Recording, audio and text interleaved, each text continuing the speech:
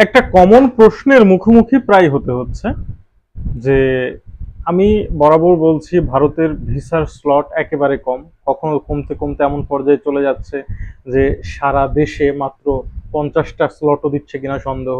কখনো কখনো সেটা বাড়তেছে, তবে এই মুহূর্তে মোটামুটি স্লট কিন্তু স্বাভাবিক আছে।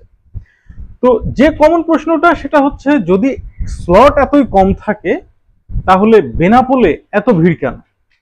এই প্রশ্নটা কিন্তু বেশ কয়েকজনে আমাকে করেছে। তবে এই প্রশ্নটা করার পিছনে কয়েকটা যুক্তিগত কারণ আছে। এক নম্বর কারণ হচ্ছে, কিছু মিডিয়া আছে, আমি নাম নিচ্ছি না তাদের, তারা কিন্তু ফলাও হয়ে প্রচার করছে আজকে বেনাপোল মানে বন্দরের অবস্থা দেখিয়ে, মানে মানুষজন অনেক দাঁড়িয়ে আছে, একটা ভিড়ের ছবি শেয়ার করছে, কখনো কখনো 4-5 মিনিটের একটা লাইভ শেয়ার করছে, বা কখনো কখনো তারা ভিডিও শেয়ার করছে। আর এটা দিয়ে যে ব্যবসাটা হচ্ছে সেটা হচ্ছে মানুষের মধ্যে একটা অন্যরকম ইমপ্রেশন তৈরি করে তাদের কাছ থেকে স্লট দেওয়ার নাম করে টাকা নিয়ে সেখান থেকে একটা ইনকাম হচ্ছে। তো আসলে মূল কথাটা কি? স্লট কি আসলে বেড়েছে, স্বাভাবিক হয়ে গেছে? না ভাই, স্বাভাবিক তো হয়নি, বরং একটু নেগেটিভের দিকে। আপনারা হয়তো অনেকেই জানেন যে সাতক্ষীরা আইভ্যাক্স সেন্টার একদম চিরতরে বন্ধ হয়ে গেছে।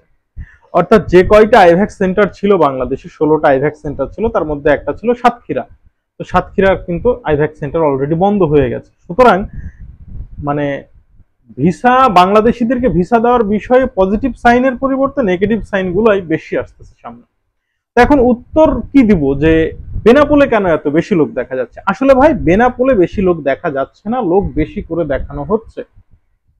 যারা বেনাপোল দিয়ে ভারত গিয়েছেন তারা খুব ভালো করেই জানেন যে সারা দেশ থেকেই কিন্তু বেনাপোল দিয়ে মানুষ যায়। প্রায় বাংলাদেশের যত মানুষ ভারত যায় তার 60 থেকে 70% কিন্তু বেনাপোল দিয়ে যায়।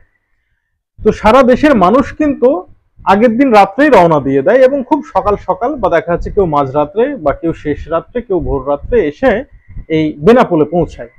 যার কারণে সকাল টাইমে একটা ভিড় দেখা যায়।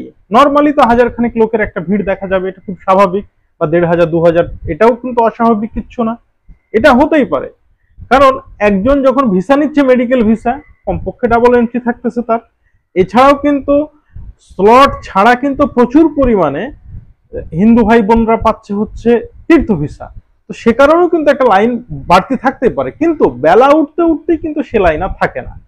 যেমন গত বছর 2024-এর জানুয়ারির দিকে যখন ভারতে গিয়েছিলাম আমি, তখন যে অবস্থাটা হয়েছিল যে মানে কি বলবো, রাত 12টা-1টার পরেই কিন্তু লাইন মানুষ দাঁড়াতে থাকে, এবং দাঁড়াতে দাঁড়াতে এত বড় লাইন হয় যে এই লাইন কাভার হতে হতে বিকেল হয়ে যায়, মানে ইমিগ্রেশন শেষ হতে হতে।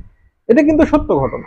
কিন্তু এখন আর এরকম হয় না। হ্যাঁ, রাত থেকে এখনো লোক দাঁড়াচ্ছে, তবে সেটা তুলনামূলক কম, যেহেতু সকাল 9টা ছাড়া ইমিগ্রেশন চালু হয় না, বা 8:30 ছাড়া চালু হয় না।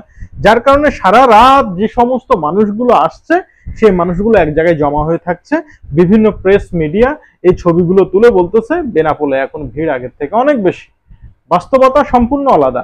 ইতিপূর্বে বেনাপোল দিয়ে যে পরিমাণে লোক যেত, এখন বলতে গেলে 10 ভাগের 1 ভাগ যাচ্ছে, এটাই সত্য, বা তারও কম যাচ্ছে। চিন্তা করে দেখুন, আগে একটা টাইম ছিল একদম বিকেল পর্যন্ত এই ভিড় প্রচন্ড ভাবে দেখা যেত, আর এখন ওই দেখা যাচ্ছে সকাল 10টা হতে হতে এই ভিড় শেষ।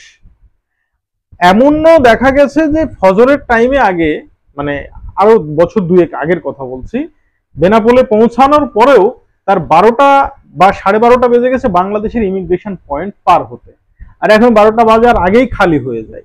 বিশেষ করে আপনি শুধু বাংলাদেশি নয়, আপনি ভারতেরও, মানে ওপার বাংলার কিছু মিডিয়া আছে যারা কিন্তু এই খবরগুলো খুব সুন্দরভাবে কাভার করতেছে, পেট্রাপোল থেকে বা হরিদাসপুর বিওপির সামনে থেকে।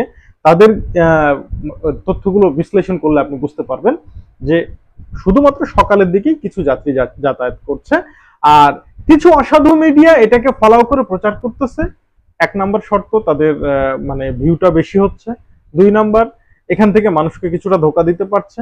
3 নম্বর, তারা চেষ্টা করতেছে তাদেরকে ইস্টাবলিশ করার, তাদের চ্যানেলগুলোকে ইস্টাবলিশ করার।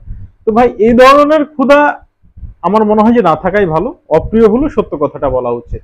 আসলে কিন্তু স্লট বাড়েনি, ভিসাও বাড়েনি, যেগুলো বলা হচ্ছে এগুলো হচ্ছে এক কথায় প্রতারণা।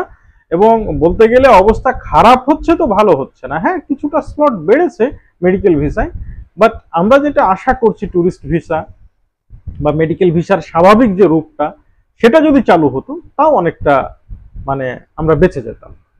তো সকলকে ধন্যবাদ। আসসালামু আলাইকুম ওয়া রাহমাতুল্লাহ।